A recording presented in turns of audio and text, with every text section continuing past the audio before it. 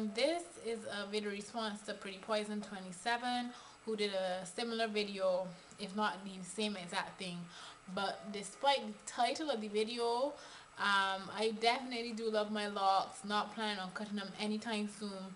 But this video is more of a FYI, to let people know, regardless of what stage of your lock journey, that there are some downsides. It's not all hunky-dory. It's inevitable. It's very annoying to me because, like, I know my hair is clean, but then it still looks like it's not clean. My mother has a bad habit of trying to pick hers out, but I just kind of either use like a permanent marker, a black permanent marker, and color over it, or I just dye my hair. I've dyed my hair about 3 or 4 times now within the past 6 years, so it's probably due for another dye now. But it's just inevitable, and it really bugs me. Your locks are pretty much semi-permanent.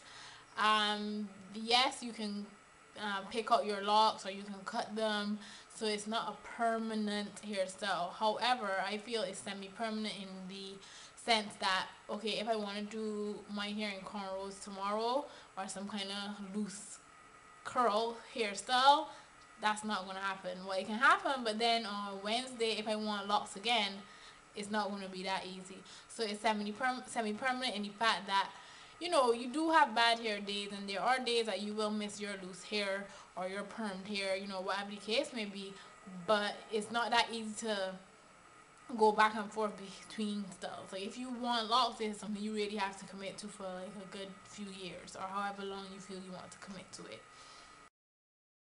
Another downside is initial stages, because it's not easy and it's not cute. Your hair is sticking out everywhere, it's frizzy, and it's not cute. When I started my locks, there really wasn't that many styles to do with short hair, so my hair was just like, it was just there. It was not cute at all. So the initial stages are rough for sure.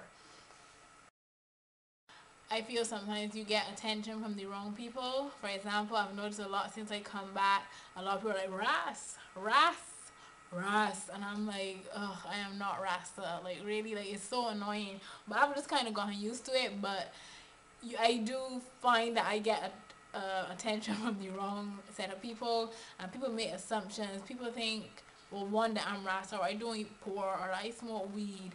And I just noticed that more since I've actually moved back to Barbados. I got it sometimes overseas, but when I'm back here, shoot, yeah. So I don't really like that, but I've gotten used to it. Everyone's hair is not the same, and I have this as a downside because if you follow a recipe and it says, have a cup of flour, half a cup of sugar, and you mix that together, and you slowly add in 1 cup of milk, and you add a teaspoon of cinnamon, if you follow the instructions correctly, you will get a cake. However, with locks, if you look at me, for example, and you come and you ask me, Corey, what do you use on your hair? What do you use to wash your hair? How did you do this and how did you do that? I can tell you every single thing I've done from day one, but since everyone's hair is not the same, you are not guaranteed to have your locks looking like mine. So I think it's a downside because it can be very frustrating, because you may have a different hair texture. You might live in a very dry climate, you may live in a very humid climate, so there's so many factors that affect the outcome of your locks. So it's like I said, it's just frustrating that you with locks, like, it's up to you.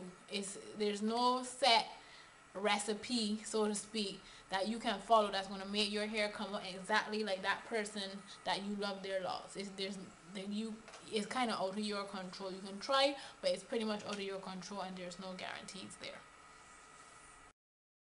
Buildup is another downside.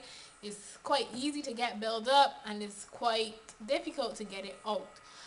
The issue with buildup, like I said, it depends on the chemistry. It depends how it reacts to your skin and your hair and the oils that your scalp produces. It has to do with that. It has to do with using too much of a product. So buildup is something that you really have to monitor, and then even once it's in there, it's not that easy to get rid of it. Like when you have loose hair, you slap a big tub of gel on your hair, you just rinse it out and it's fine. But with locks, it's not that easy, and you really have to work at it.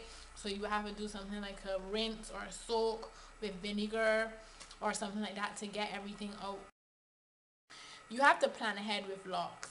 And while it's not necessarily a downside or a bad thing, it's just something you need to keep in mind. So for example, my hair takes a whole day to dry. So when I wash my hair, it's not like, you know what, let me wash my hair today.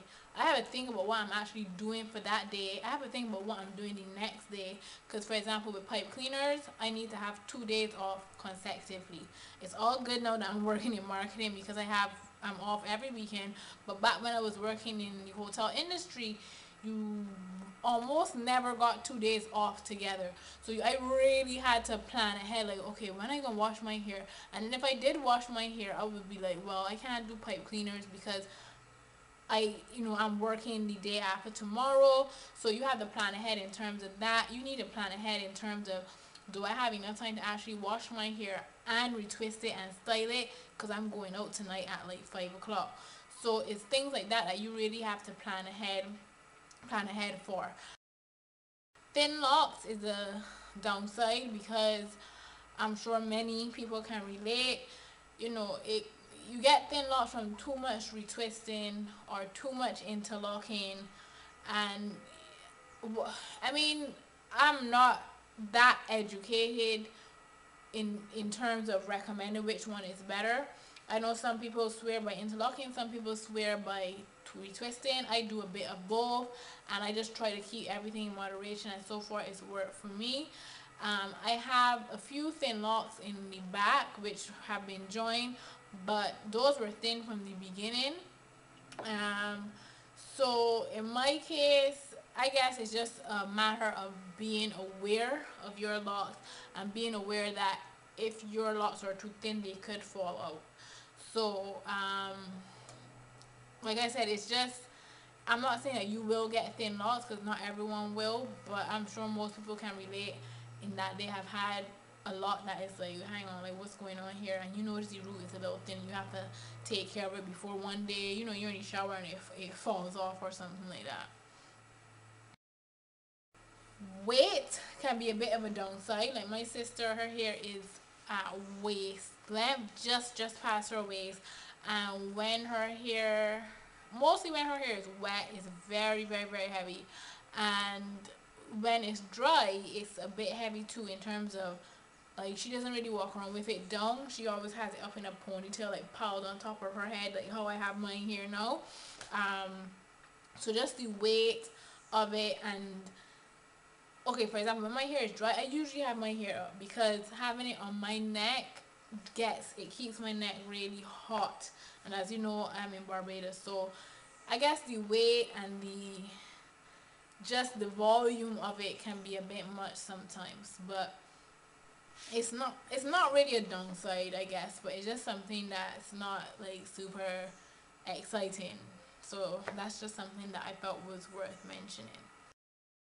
I think that if you do not do your hair yourself, so if you're somebody who likes to go to the salon, if you do not do your hair yourself, maintaining locks can be quite expensive. I've taken care of my hair from the beginning. Even before I had locks, I've always done my hair, so that was an advantage to me.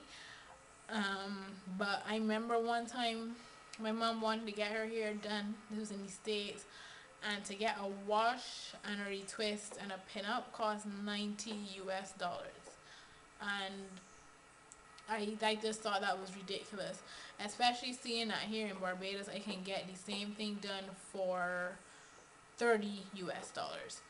So I guess it depends where you live, but in general, um, with locks, especially sister locks, if you want to do the latching method, to pay somebody to take care of locks is quite expensive.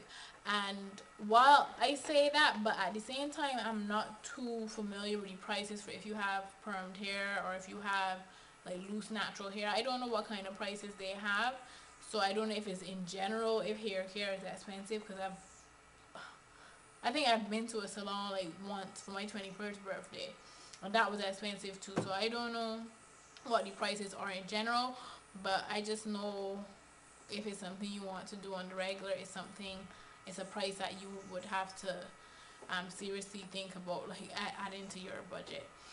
So that's pretty much it for me. If you have any more downsides that you want to add, please let me know.